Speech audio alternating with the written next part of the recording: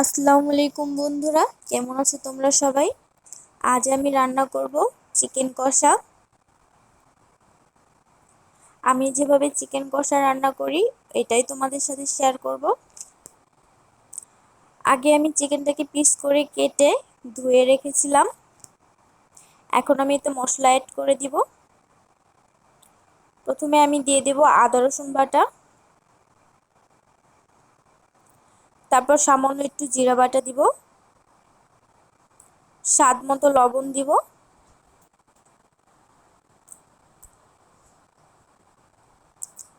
তারপরে হলুদের গুঁড়ো দিয়ে দিব সামান্য,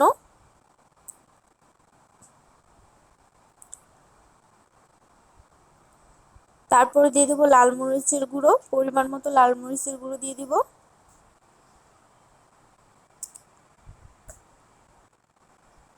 এবার আমি চিকেনটাকে খুব ভালোভাবে মাখিয়ে নিব।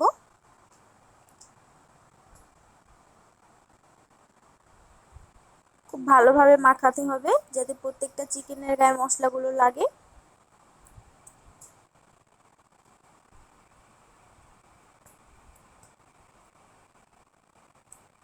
চিকেনগুলো মাখা হয়ে গেলে আমি 5 মিনিটের জন্য রেখে দিব।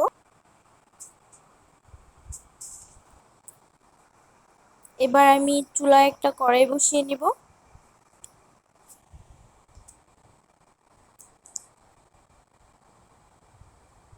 পরিমাণ মতো তেল দিয়ে দিব। 1 মিনিট অপেক্ষা করব তেলটা গরম হওয়ার জন্য।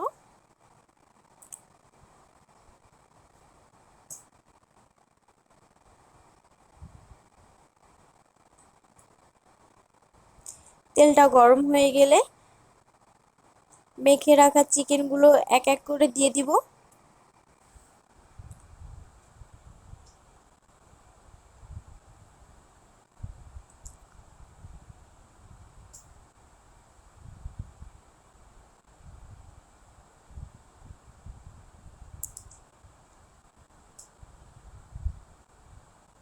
চিকেনগুলো দেওয়া হয়ে গেলে আবার 5 মিনিটের জন্য রেখে দেব চিকেনটা ভাজা হওয়ার জন্য। চিকেনটাকে আমি লাল করে ভাজা হয়ে গেছে। এবার আমি একটু উল্টে পাল্টে দিব যাতে দোনো সাইড লাল করে ভাজা হয়।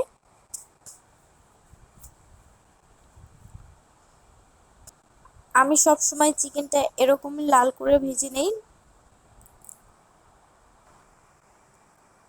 এবার আমি চিকেনটাকে তুলে নেব অন্য একটা বাটিতে।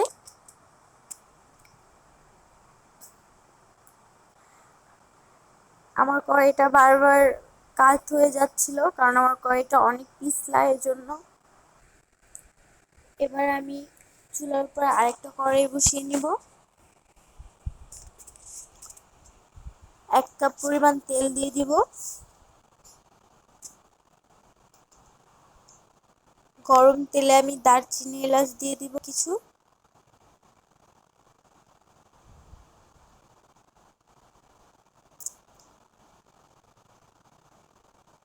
আমি সবসময় দারচিনি এলাচ গরম তেলে দিয়ে দিই, তাহলে ফ্লেভারটা খুব সুন্দর আসে।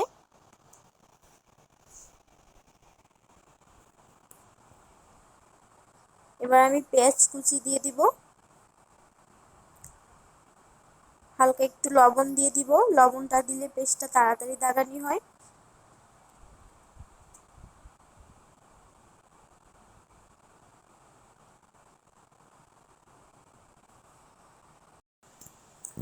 পেস্টটা আমার অনেকটা দাগানি হয়ে গেছে।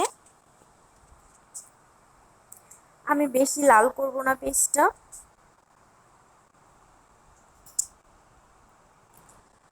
তারপর আমি সব মশলাগুলো দিয়ে দিব। মশলার ভিডিওটা স্কিপ হয়ে গেছে। তো এখানে আমি আদা রসুন বাটা দিয়ে দিয়েছি, জিরা বাটা দিয়েছি, গোলমরিচ বাটা দিয়েছি।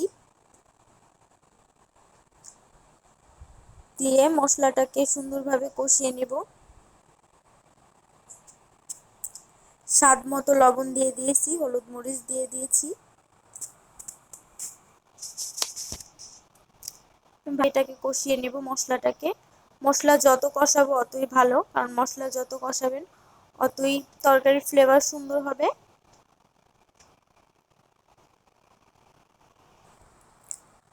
আমার অনেকটা কষানো হয়ে গেছে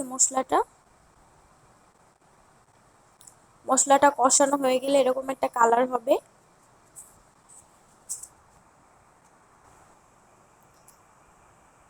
কত সুন্দর একটা কালার এসেছে। এবার আমি ভেজে রাখা মুরগিগুলো দিয়ে দিব, দিয়ে ভালোভাবে নাড়িয়ে চাড়িয়ে নিব।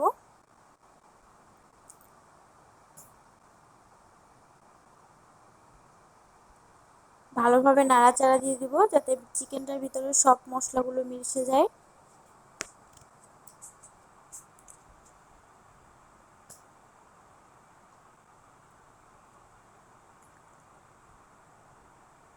এবার আমি আরো 2 থেকে 3 মিনিট কষিয়ে নিব। আবারও একটু নাড়াচাড়া যাতে কড়াইয়ের নিচে লেগে না যায়, লেগে গেলে আবার পোড়া গন্ধ আসবে, তাই আমি বারবার নেড়ে চেড়ে দিব।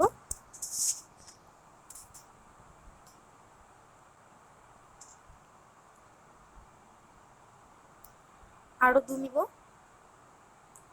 তারপর একটু পানি দিয়ে দেব, আমি অল্প একটু পানি দিয়ে দেব কারণ যেহেতু চিকেনটা আগে থেকেই আমি ভেজে রেখেছি আর অনেকগুলো পানি দিয়ে মশলাটাকে কষিয়েছি।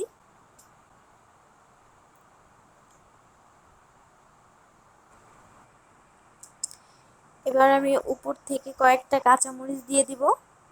কাঁচা দিলে ফ্লেভার আসে অনেক সুন্দর আর দেখতেও লোভনীয় লাগে।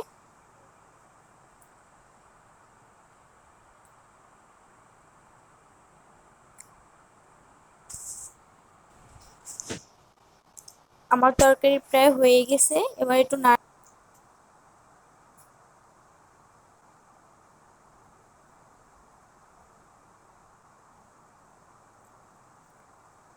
এবার আমি উপর থেকে একটু জিরা গুঁড়ো দিয়ে দিব, ভেজে রেখেছিলাম। জিরের গুঁড়ো দিয়ে দিলে ফ্লেভারটাও সুন্দর হয়, কালারটাও দেখতে অনেক সুন্দর হয়। হয়ে গেছে, নামিয়ে নিব।